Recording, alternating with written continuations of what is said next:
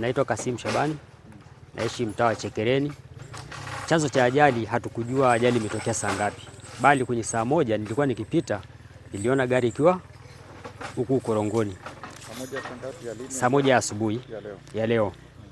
Sasa kuna kijana ambaye alikuja akasema kwenye saa 2 jana alipopita jioni kwenye saa moja aliona gari ikiwa huku Korongoni, lakini akajua kuwa ni watu wanavuna ni mahindi. Baada ya kuja hapa, nilipokuja kuangalia sikukuta mtu hata mmoja. Nikajua labda ajali ilipotokea labda kuna majeruhi yalitokea wakawa wamemchukua mpeleka hospitali. Mimi sikusogea kwenye gari, nikawa nimetoka.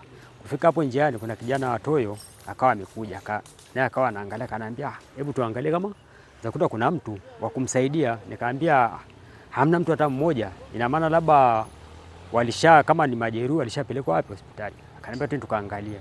Kwa hiyo tulienda paka pale kwenye gari, huyo kijana alichungulia akafungua mlango akuta huyo mama yuko hapo ndani. Tulishtuka kiukweli. Nikamwambia, akaniambia tutoe taarifa wapi kituoni. Baada tulipokuwa tunatoka njiani tukaona askari naye anakuja. Kumbe alipita na gari, akaiona ile gari akaenda akashushwa kule njiani, akarudi kuja kuangalia kuna tukio gani. Ndio akatukuta hapo, tukamwelezea, akaenda akafungua ukuta, huyo mama kweli yuko pale ndani ameshafariki. Kuna alama kichwani nadhani alijigonga alipasuka.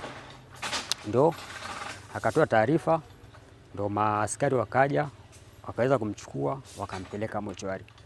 Na ndio mpaka sasa hivi tuko hapa, ndio gari inafanya utaratibu, anaivuta kwa ajili ya kuitoa.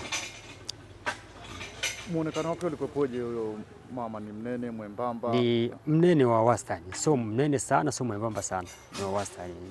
Miaka kama vile labda kama miaka 30 kama sikosei.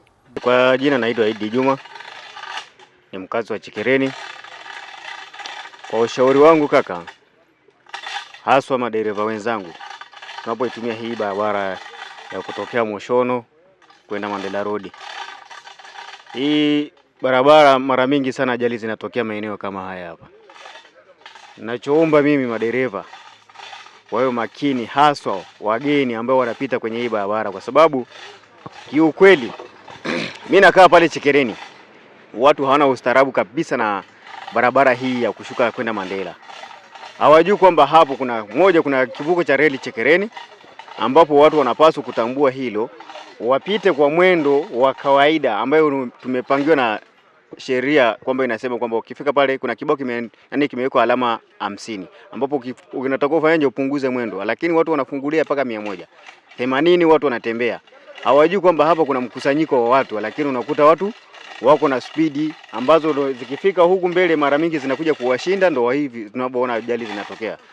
Tunachukia sana hata sisi wenyewe, ndio maana tunakuja kufikiria, kunasema kwamba ingekuwa kuna uwezekano au serikali inatusikia, wangetuwekea hata bamsi pale kabla hawajaweza kuvuka reli, ili watu wapunguze mwendo, kwa sababu kuna watoto wanavuka pale na ajali nyingi zinatokea kwa ajili ya watoto wanagongwa. Kutokana na nini? Watu wanatembea mwendo usiokuwa wa kisheria.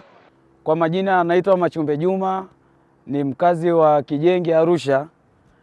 Lakini ajali kama hizi ni kuepukana na mara nyingi. Kwa mfano kama sisi watu wa barabarani, mara nyingi haya huwa yanatokea.